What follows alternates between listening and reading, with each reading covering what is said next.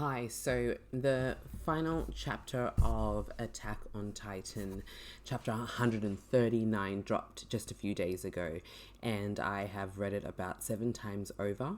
And I just want to share my feelings and my thoughts and rant a little on why this chapter fell flat for me, on why I am disappointed with this chapter as the ending.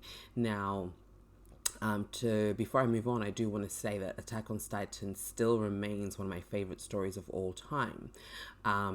This ending, however, does now affect the way with which I will re-engage with this media as the manga and also as the anime. Endings are important, and no, it doesn't ruin the whole series for me, but it's a shame that his weakest entry had to be his last one, because there's books, films that have chapters that are bad, series that have whole seasons that are bad, or a series that has an entire book that is bad. Perfection is not attainable even for the greatest writers. And I do think that Isayama is a masterful storyteller. I think he's a genius, and as a writer myself, I would be so lucky to be able to pen something as just apex as Attack on Titan has been. However, enough of that rambling. I just want to get straight into the issues that I had with this final chapter. I'll start with the chapter itself. As a whole, when I step back from it and just what I feel from it, what I got from it as a whole, is that this chapter feels as though it is ending a different story for me. The reason I say that is I think from about chapter 131, Attack on Titan's story has taken so many pivots in a different direction and motivation than what I thought the story was actually going in. The thing with storytelling is a writer can write a book, a million people can read it and see it and interpret it and experience it a million different ways. And that is why the fandom is split. Half of the fandom loves it, half of the fandom is extremely disappointed with it. I am in the camp of extremely disappointed with it.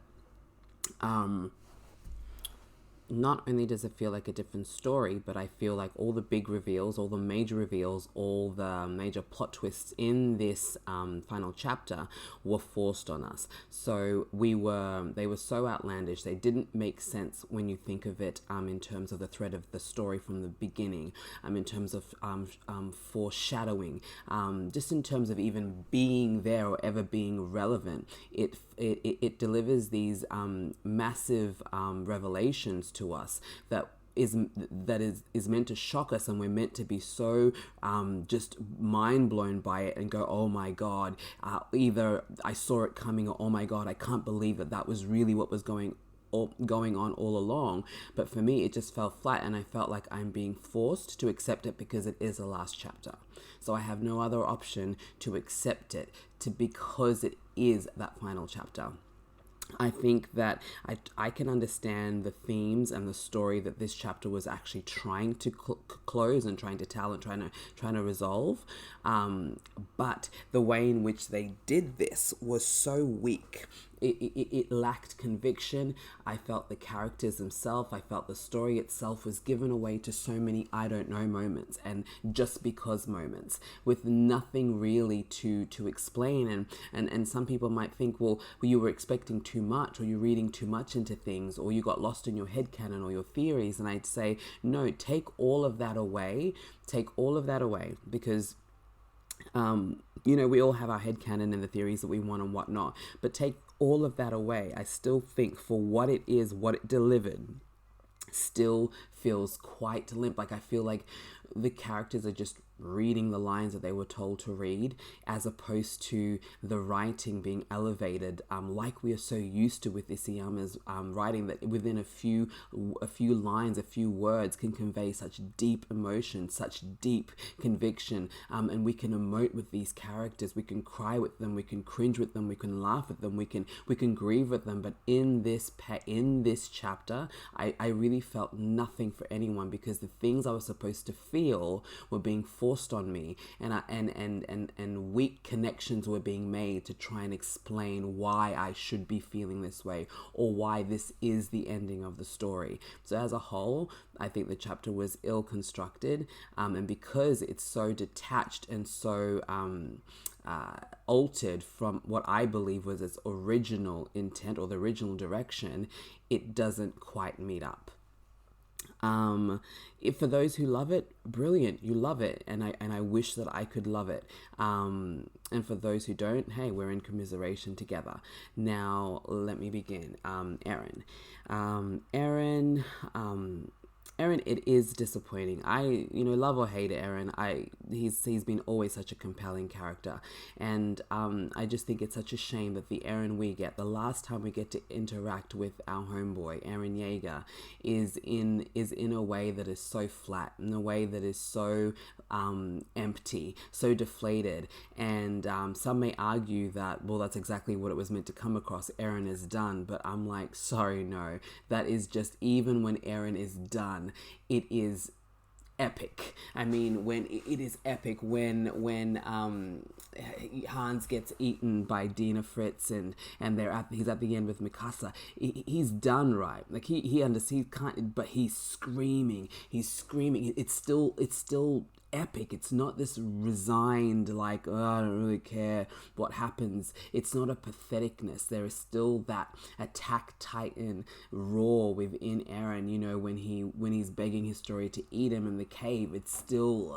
he's at what he thinks is his end, but he's still going out, like he's still at it. There's still a fight within him, and with this it was kind of like he's resigned, and he's just completely given up who he is, everything he's fought for. He's not going to get to see the end, because apparently that was always a part of the plan, but he's not even going to go out like Eren Yeager. He's just gonna go out as someone whose character has been ill-used. I felt everything that he delivered, that I was meant to emote with, I didn't believe it. Eren being in love with Mikasa, when in the story has this ever been subtly or overtly implied? And where were the threads throughout the story of this love that he had for her? Because we were well aware of the love that Mikasa had for him. And there were many opportunities at which we could have seen even an internal dialogue from Eren, where he's starting to see her differently, and maybe in that internal dialogue betray a bit of his emotions. We could have seen that. He didn't ever have to outright say it until the moment in chapter 139, but it could have been implied so much more. But all we get is Eren really just treating Mikasa the way he always has, which is, I love you, you're my homie, you're my family, I will always love you. I'll wrap that scarf around your neck, but you also irritate me. Stop hovering over me. You all you want to do is save me and protect me. And I didn't ever see an interaction where any romance was betrayed or shown. And I think that I'm being forced in this last chapter to just believe that Eren has this incredible, deep love for Mikasa. It just doesn't work. It doesn't work for me. I think Eren had a far much more chemistry with Historia. Shipping aside, they had their interactions had far more interactions with Historia that hinted at a potential of a romance. If there was going to be any couple that I would have put my money on, it would have been Eren and Historia, because of the story that was built and being built with them. But it all changes for us here. Okay, so if Eren does love Mikasa so much, why can't she know? Because he's dying now, so does it really matter if she knows? Wouldn't that actually be what she needs to move on and to live a happy, full life? But no, Eren says he doesn't want her to love anyone, and he at least for 10 years.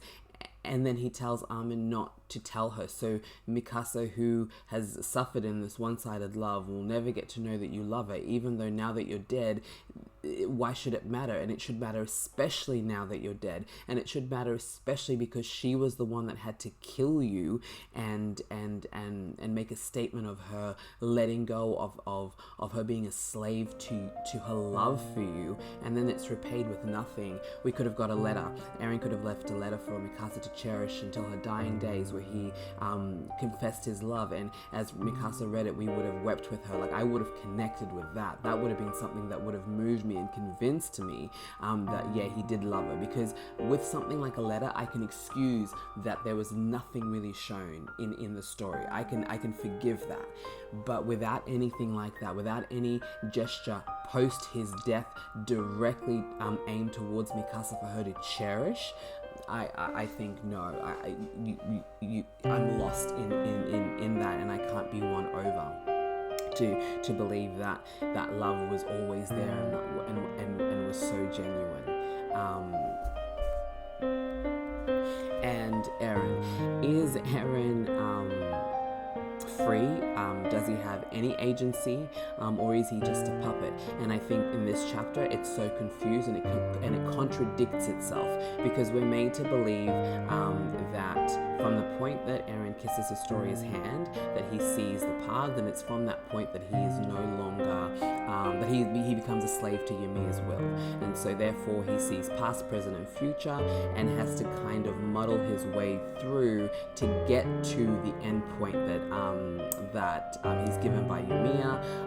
Only she really knows what it is, but he knows that Mikasa has to be endgame. So, okay, and we're made to believe that this entire time, the Eren that we see from that moment, who has so much determination, so much focus, after the time skip, he is leveled up. I felt like he got a super brain, because he went from just this brash youth that just wants to kill all the titans and just rush in and kill our enemies, to someone who was thinking, to someone who was deliberate about still moving forward. I mean, when you look at the conversation he had with Reiner, the language in that, the genius of that storytelling, where it's Eren is Eren. He's still that attack titan. Like, he's saying, Reiner, I don't hold anything against you. We're the same. We've got to keep moving until our enemies are destroyed. That attack titan that was still fighting for freedom. And hey, by no means is Eren's path excusable, or the rumbling or anything. But he did do monstrous things. But that's what he always was. That I'll do whatever it takes to destroy Titan, get rid of them, and to save Mikasa, Armin, my friends, and Paradise. That was always him, and we loved that from the very beginning, even before he was a slave to Ymir. But now I'm meant to believe that was just kind of him not having any agency. That wasn't really him anymore, and he was just going along for the ride. Because when Armin asks him, why did you do the rumbling, he says, I don't know. So Eren was just a puppet this whole time, and this character, the change, the brilliant changes in him, the coldness, the reservedness, all of that, the calculation when he started the war in Mali, that was so calculated. The Jaegerist, everything, that is a thinking man. Eren didn't rely on Armin to do this.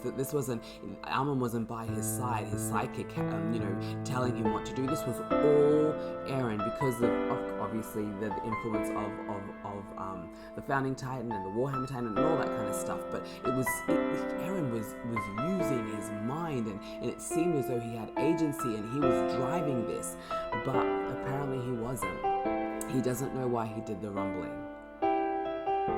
He didn't really have a good plan. He was just doing whatever he could to get to that end. And I just think, choose. Who is Eren? Like, who is Eren? Is he the one who always fights for freedom? Who will always fight for freedom and always fight for him to be free? Or was he a puppet, a slave to Ymir's destiny and will, and ultimately it was really all for love, for his love for Mikasa, and what is it? Like, who is Eren? What are his motivations? Is he the same guy? It just felt like it wasn't decided. And if he's both, then I would have really appreciated throughout the story, and especially in this chapter, to give us a few panels where we can truly see the fight and the tension that Aaron has had with himself. That I fight for freedom, all I've ever wanted to be was free, but I am the biggest slave of them all because I'm a slave to Yumi's will. And I would have loved to see that. I would have loved to see it throughout the story. I would have loved to see more moments when Aaron was doing the rumbling. Show us that conflict. Show us that there's still Aaron inside there fighting. He's still driving it, that the rumbling was his choice because he realized that was really the best choice. And I'm sorry, say what you want, Zeke's plan was going to take too long. Euthanization took he took his people's freedom away, right? It took his people's freedom away. He didn't want that, and he thought, you know what, the only way that I can save my friends is to destroy the world so that we can be safe. He thought that through, and he was also thinking through of a way to end Titan, to completely end it and end that curse, because when he gets into the paths and he sees Ymir and that whole thing happens and he holds on to her, I thought that was the moment where Ymir was like, this is what I was waiting for. Someone who is fighting for freedom as much as I am, who is hungry for freedom, someone who actually wants to end this curse and wants to take Titans out of the picture so that I'm free and they're free and the world is free. And when he says to her, you're not a god, you're not a demon, you are just a girl, you are free, I thought, brilliant, this makes sense thematically. I can't wait to see how this ends, because this is it. Aaron and Ymir, so many parallels between them. Yes, he is going to save her, and maybe they'll broker a deal where his deal will be, or he set her free, or whatever it is, but that is what set Ymir free and allowed her to then say, I'm going to end all of this. But then in chapter 139, we're told that no, that meant absolutely nothing. Like that was nothing. Aaron didn't have the power to set Ymir free, and Ymir didn't want to be set free of what I thought was a compulsion, a binding to Bad King Fritz's will. I thought she was bound there because because she was his slave, that even in death she was bound to him. I thought that she had no choice and she was longing to be set free, but she wasn't bound by any power or compulsion. It turns out that Ymir was in love with the man that burnt down her town, cut off her tongue, killed her parents, raped her when she was underage, forced her to have children, which when she died, he then made her children eat her, and perpetuated this whole the hell of Titans. Where I meant to believe that she loved that man, and every time we ever saw any panel or anything about King Fritz and Ymir and her story, it was always that this man was vile and that she was his slave, and she was so sad and empty, and even her eyes were dead inside. And the reason that she eventually, she died, and she could have healed herself, but she didn't, because she hated him so much and she wanted to be free. That Ymir is actually in love for 2,000 years, has stayed in love and bound to this man and is suffering for his love. But I say, who's suffering? Ymir isn't suffering. The people that are suffering are the humans, her descendants, that she is keeping in a perpetual loop of hell with monsters, and she's forcing this curse, and she's forcing wars, and she's forcing racism and all of that into a world, because she is by choice in love with a vile human being, if you could even call him a human being. And you know what? I thought, wow, this is some serious Stockholm syndrome. Let's hope they explore it. But nothing is explored. It's just stated that she loves him, and actually the way Aaron states it is that, yeah, she likes him, and I can't imagine to fathom the depths of her heart. It's just given to us. It's so massive. It changes it's so much of what we have read, of what we thought we were reading, of the themes, of what we thought the themes were, and it makes us go, well, hang on, so she was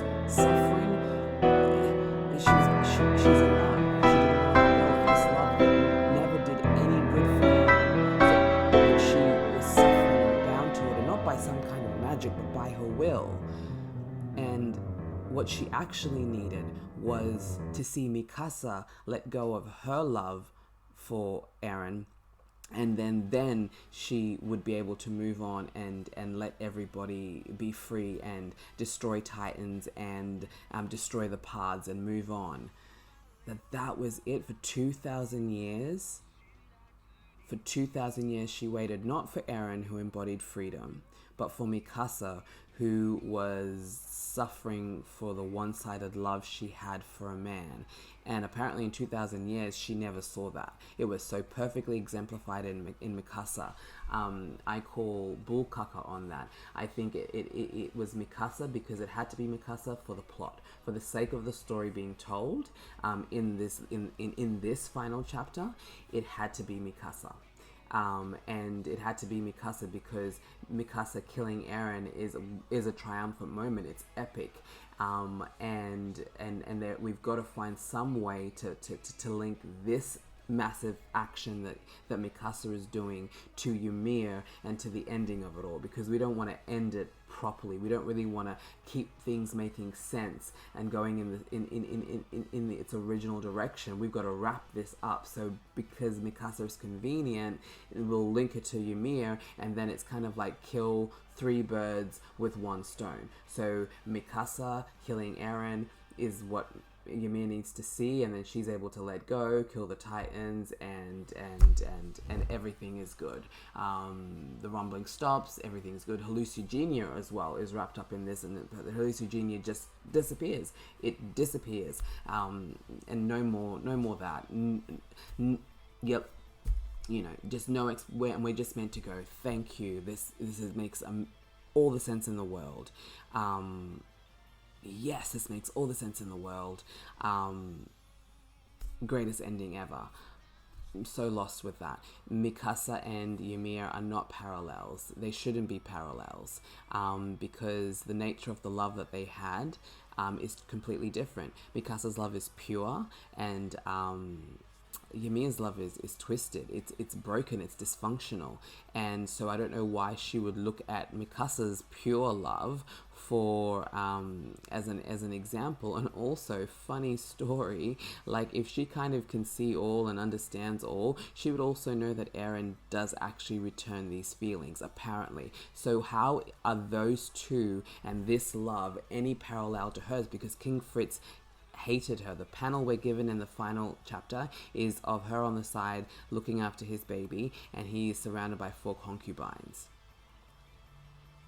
And like, he doesn't return your love. He doesn't love you. He doesn't want you. You're nothing to him. You are merely a weapon to him, an animal and a weapon. And apparently, though, you would know, Ymir, that Eren actually does return her feelings, so it doesn't work. It doesn't work. Anyway, there's so many things that don't work there for me. Historia would have made more sense in terms of a parallel with Ymir and having where she had to let go of her father, who was manipulating her, who never loved her, who was using her. That rings more in line with King Fritz. Eren and King Fritz are not the same people. The relationships there are not the same, and the love there is not the same. So I think again it was simply convenient, and such a shame that we didn't even get to see the story told from Ymir's point of view, right? We're just told all of this really important stuff about Ymir and this world and the ending of this whole story. We're just meant to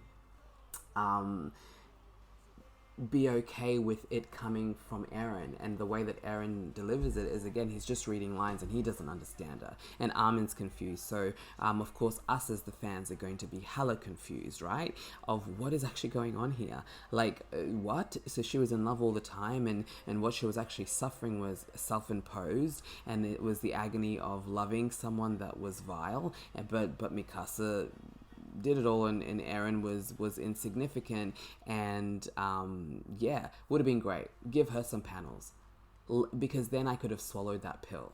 Then I could have swallowed that pill a little easier, because I would have been like, well, it's from the horse's mouth.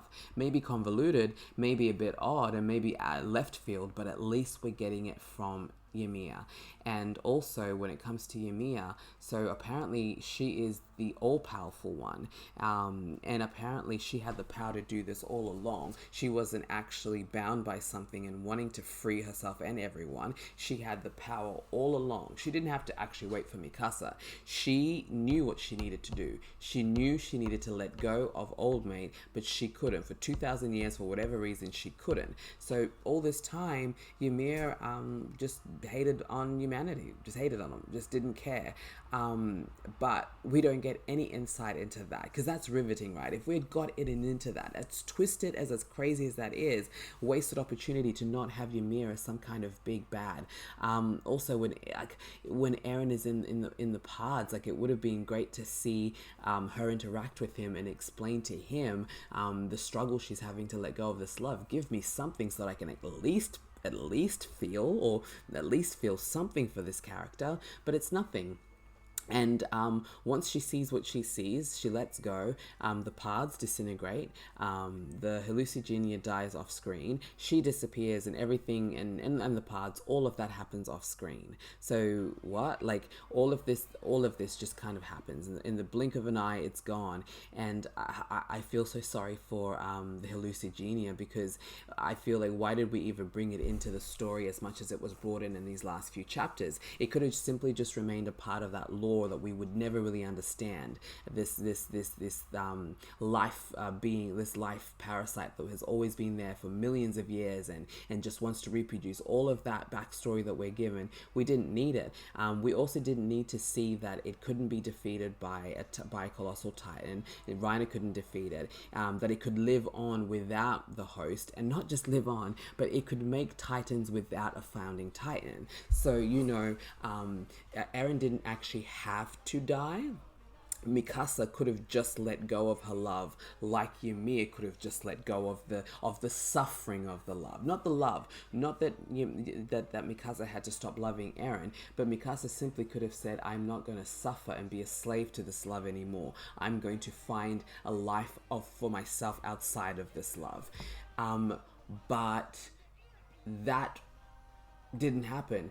So Mikasa chops off his head, but didn't actually need to happen, because once that, like, this, it's not as though Eren dying is what killed everything. Eren was a founding titan. The hallucinogenia gets separated from Eren in chapter 137, I think it is, and they're fighting it from that point. It can, without being attached to a founding titan, it is able to create titans on its own. So this thing is OP'd.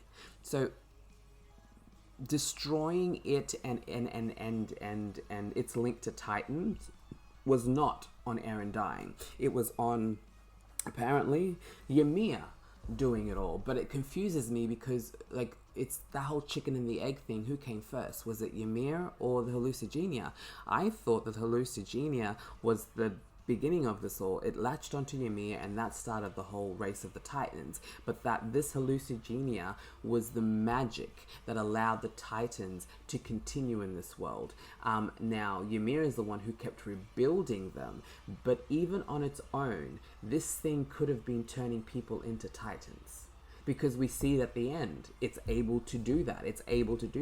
I thought that this was what gave Ymir the power to create the paths, that the paths only existed because she was still connected somehow to the power of this hallucinogenia. But apparently it turns out that no, this hallucinogenia is actually degrade compared to the god tier Ymir, and that she is actually the one that has the power. Because as soon as she decides to let go, the hallucinogenia also decides to not be there. Now, and we know that it's not there and that it's dead or that it's whatever, because it's gone. The Titans are gone. They revert back. So that magic, that power, that force reverts back. Everyone that was turned into a Titan is now a human. Even those who were turned into a Titan yonks ago, like Connie's mum, they're now human. The paths are gone. So that purgatory place, and where all the Eldians gone, that's gone. So all of that power is gone. So what was the hallucinogenia? It really did not have to be in the story. it really did not have to ever really appear as anything in the story. It didn't have to be tied to anything. We could have just said it gave Ymir the power for Titans, and then she perpetuated that, and it was done. That's it. It had nothing to do with the story. I believe it hardcore did, and the story changed. And that is why we get this half-assed connection. So half-assed that they couldn't even commit to giving us panels to show it happening. It had to happen off screen, because that's really it's insignificant. It's so insignificant we didn't need to see it happen.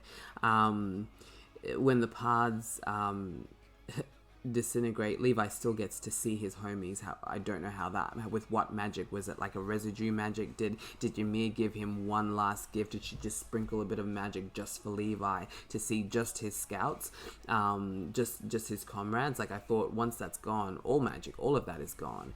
Another thing that I just think is so ridiculous is, if Ymir loved this king so much, right, and he died, and she created the Pards to stay connected. When he died, he would have gone to the Pards. Why wasn't that enough for her? Why wouldn't she just be like, well, he's here with me now forever, so that's it? And she could have just gone on and been happy with her mans. But instead, she keeps creating Titans, and she keeps suffering and yearning for this love. I mean, yeah.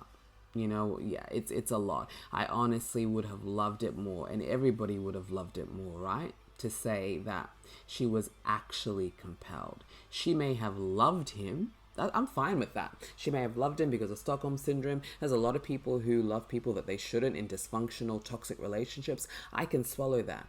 But that being the only thing that bound her for 2,000 years, rubbish.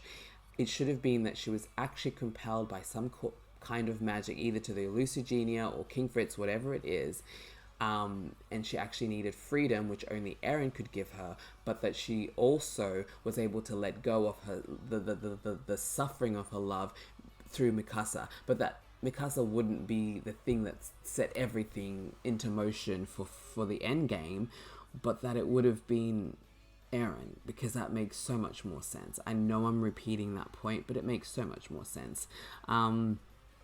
I think Historia was so hard done by. I think she really wasn't relevant at all to the story. From chapter 123, you could have taken her out of the story, and instead of making her pregnant to an insignificant, D-grade, nameless character, you could have just had her being a queen. And instead of having to dedicate really any pages to her, you could have just had a line every now and then. She's breaking peace with this nation. She's gone to do negotiations with this nation. Because she's a queen, she's got responsibilities. That was a character that I didn't need to really have to be involved, but you did involve her. And this is my conspiracy theory, and I will die on this hill. The story that was being told up until at least chapter 132 was absolutely retconned and changed for whatever reason. Because when I look at chapter 131, and Eren goes to Historia to tell him about his plan, didn't have to. There's no, that whole panel, that whole memory could be taken out of the story, their whole conversation, and the story would have progressed exactly as it did. That panel, that memory had nothing. It didn't affect the story or the narrative in any way. It actually regressed it, because when you look at that panel and then you look at how it ends, it actually makes it really hard to swallow the end. Because for one, why did Eren go to tell her? He didn't have to. She didn't have to know. And he doesn't just tell her, but he says, keep my secret. Like there was more to it, that there was, and that her keeping his secret was important to the end game, was important to him being able to do what he needed to do. Why tell her? If it had to be a secret, why even tell her? Because she's the queen, and she's a bleeding heart. And of all of the characters, even more so than Armin, Historia would have been like, I don't like this. I can't let you do this. And she does express that in that chapter and says, I can't let you do this. But then she does. We're never shown how she actually came to a place of deciding to hold the secret and be okay and trust Aaron's plan, because that's effectively what she did. She trusted him. She didn't try. She could have stopped him. She could have imprisoned him. She could have had it that they take the attack Titan away from him, or the founding Titan away from him. There were so many things that Historia could have done, but she didn't. We're not given any insight into that. Did Aaron just tell her because he wanted to get it off his chest and because he couldn't tell Armin and Mikasa? Well, if that was the case, then why wasn't it just presented that way? It didn't have to be a big deal. It could have just been like, hey, I'm telling you because I need somebody else to know. And it would make more sense to me if Aaron actually divulged everything to Historia. And by everything, I mean his true plan, the fact that really why I'm doing all of this. Not just I've decided to just be a genocidal maniac, but actually what he ended up revealing to Armin, he could have revealed to Historia there, and maybe that is why the conversation wasn't fully played out, and it would actually have a payoff in the final chapter, but it has no such payoff. There is no such thing going on. It's pointless. And her asking him what he thinks about her having a baby is pointless, because if all it was that she was in love with a man and she wanted to have a baby, they could have had that conversation. She simply could have said, hey Aaron, I love Farmer-kun, we go way back and we're having a baby.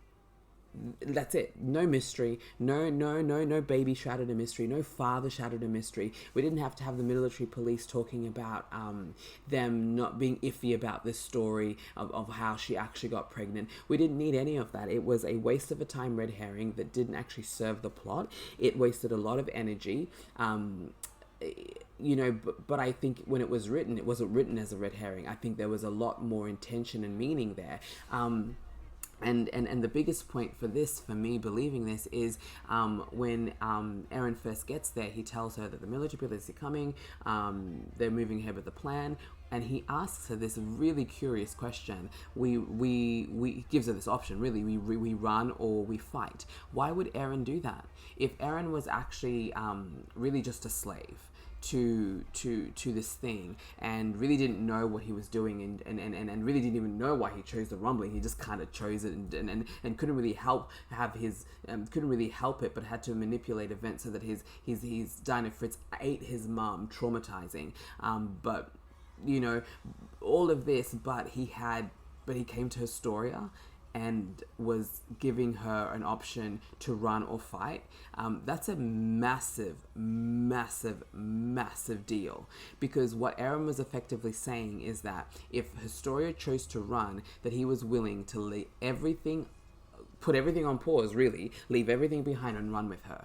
And it wasn't him and Mikasa and Armin and everybody running, because they were already on that side of Historia is going to become the Beast Titan.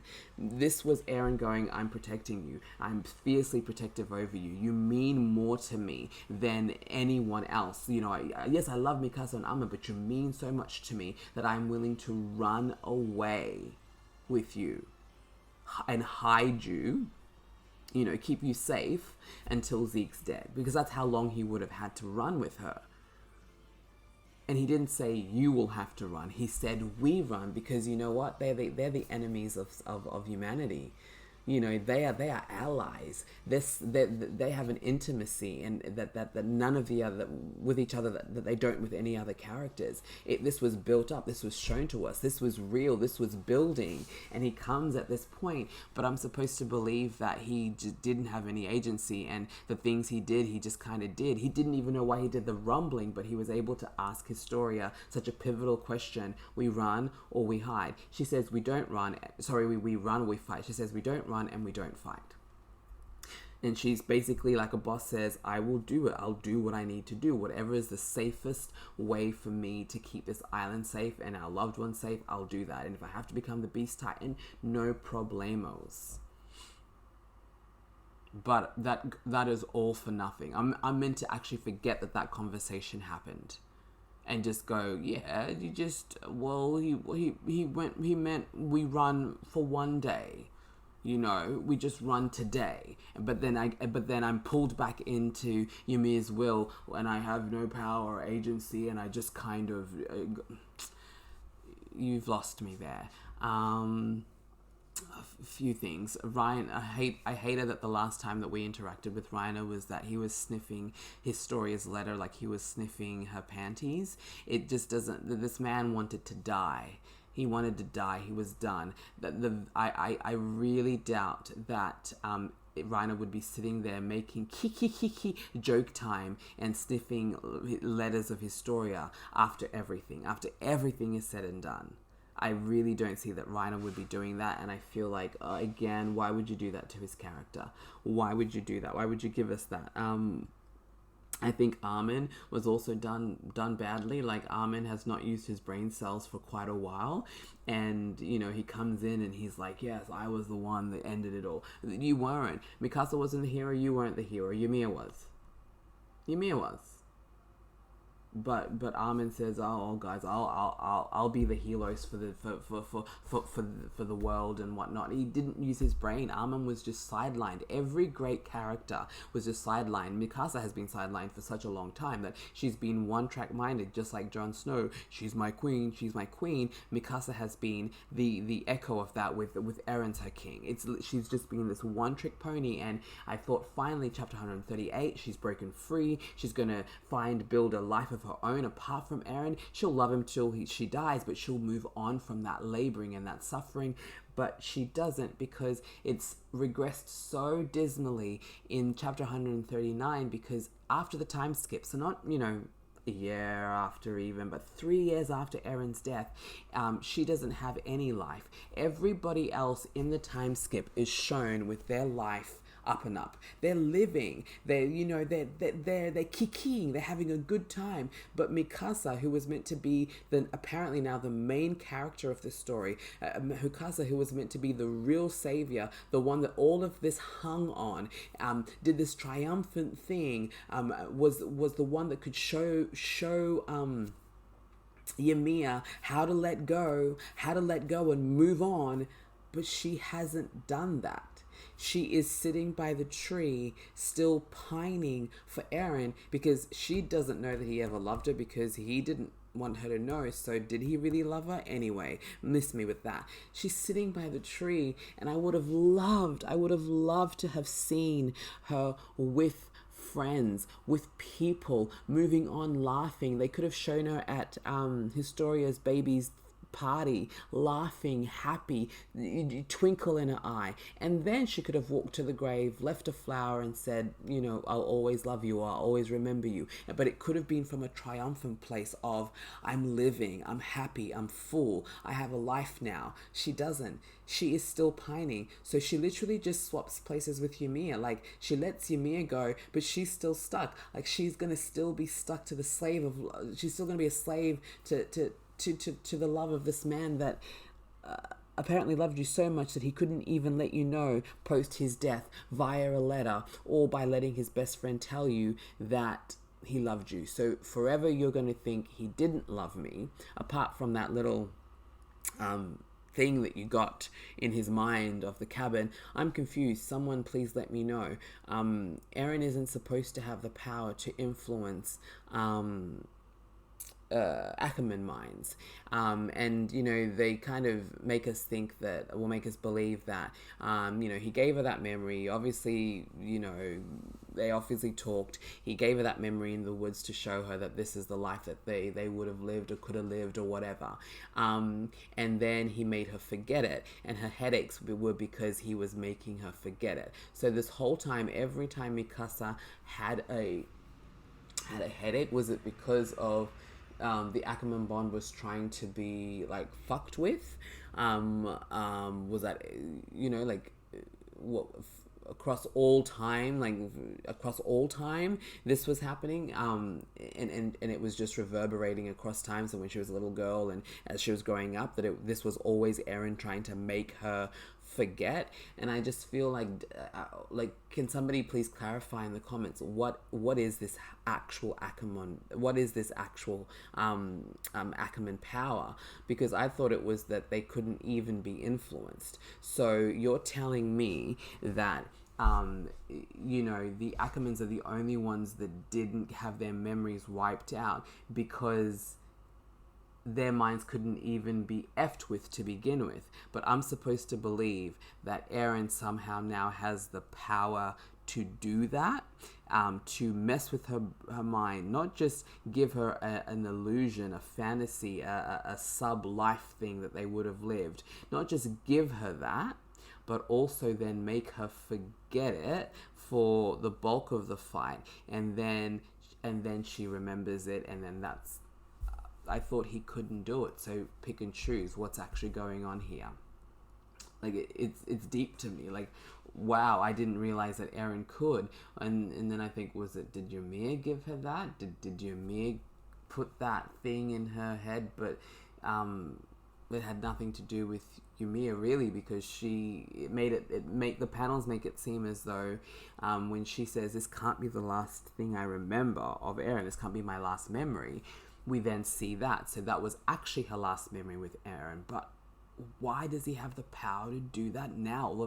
All of a sudden now, without any explanation, this is he's able to actually penetrate an Ackerman mind.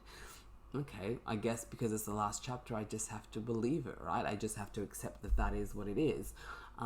Next, I think that's everything.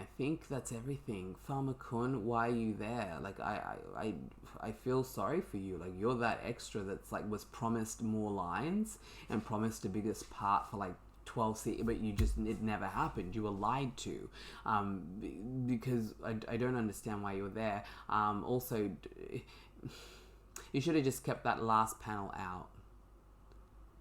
You know?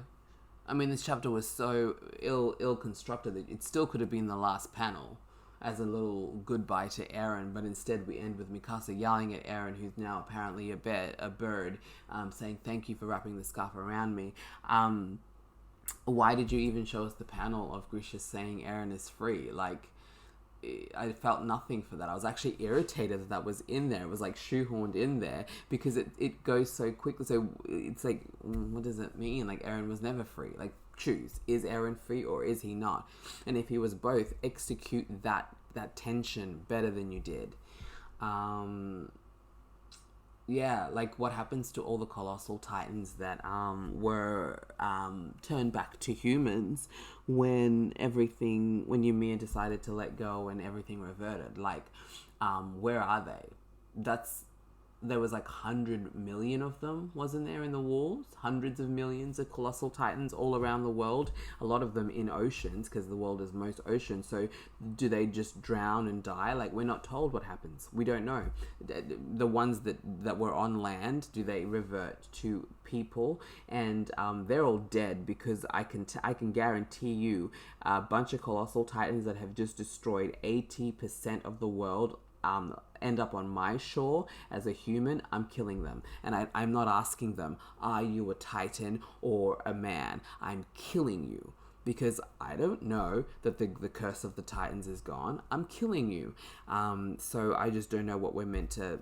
Where do they go? Apparently they are the one. Only they die. They don't have a right to be returned to humans and live again. They die. Yes, okay, killing 100% of the world is a no-no, but killing 80% of the world deserves a round of applause and everybody thinking you're such a sacrificial hero. It was just 20%. If he had gone full Rumble, we can't have that. We can't have that. But 80% Rumble, you're such a good man. You are such a kind man, Aaron. I just think it's so ridiculous that Armin, of all people, thanks Aaron for his great sacrifice. That there is no conflict. That there is nothing in him in going, this was too much. He actually thanks him. He's like, thanks. We get to live because you went 80% Rumble. Thank you. 80% of the world. And also, we're also meant to believe that the world, or at least Mali and a few of the allied alliance or nations, that they've all gone, you know what 80% is not bad. Aaron was actually quite generous, and we're not going to want to nuke Paradise. And I get it, maybe the ones that on that island that witnessed it all happen, But you cannot tell me that the rest of the world is going to sit around too long and wait and be like, oh my gosh, like, we're just going to let Paradise Island remain. And we're going to kumbaya and actually listen to anything they have to say. Because even though the Titan powers is gone, one of your kind destroyed 80% of the world. That kind of evil, no matter what good end it brought about, the Titans are gone and whatnot, that kind of evil cannot be allowed to just be kumbaya'd away. People are nuking that island. They're not caring because they're saying, oh, so it's okay for you to destroy 80% of a world that really didn't have an issue with you. And I just find it funny because when Paradise was, controlled by the Titans in the wall, the allied nations didn't like you. They all hated you when you were being controlled and there was no war and you had no technology, no means to actually do anything to hurt them. They didn't come together. When you were no real threat whatsoever, they didn't come to kumbaya and go, you know what, let's just let them live. Let's you know what, guys, they're just people like us. But now that you've destroyed 80% of the world, you think they're just going to sit there? I really don't know that Eren bought them all that as much time as he thinks, and I get it. War happened before the Titans. War will happen after them. War is a thing of life, but I just find it weird, this idea of the nations coming together. I just wish they'd left all of that out of there and just been like, it's not over. But Eren, at least we're in a better place than we've ever been. It's not over, but we're in a better place than we've ever been. Don't get into all of this now, but all the nations are coming together, and that is not realistic. Not realistic at all. What else? Yeah. I mean, I've been rambling now for 52 minutes, so it's going to be a long video. For all of those who have stayed tuned, I thank you for listening. I will be posting more, and I will actually, in a few weeks, sit down and actually write an essay, write a well thought out, tempered essay on the key points, and just actually deliver a more coherent video. But for now, this was just how I'm feeling and my initial responses. Thanks for listening.